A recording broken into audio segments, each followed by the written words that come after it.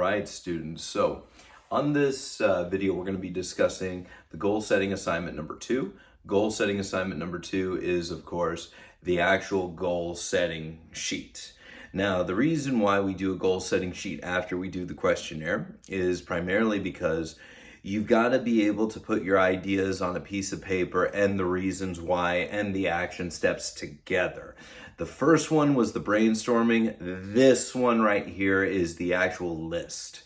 And you need to put it in a place where you can see it regularly and you can read it regularly. So this is a very important thing. We have the actual goal itself, the reasons why, and then 2 action steps. And that is repeated about 6 times with a little bit of tips and tricks at the very end.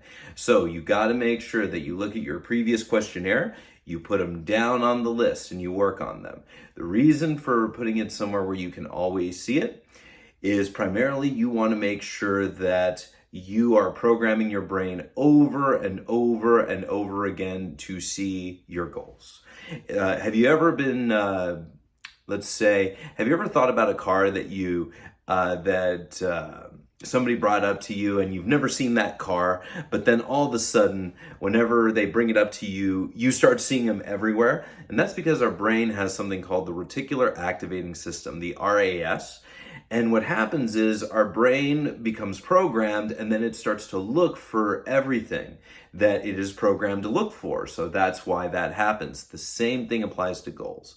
So you've got to make sure that you do your goal setting sheets. You've got to make sure that you write them out. You got to make sure you read them all the time. I usually say read them once a day. If you really want to get heavy with it, read it in the morning and at night right before you go to bed. But know your reasons why, because you have to understand why you're going after these things. And get some action steps together. If you get the action steps together, then do them. You're on your path to getting your goals. That's what it takes.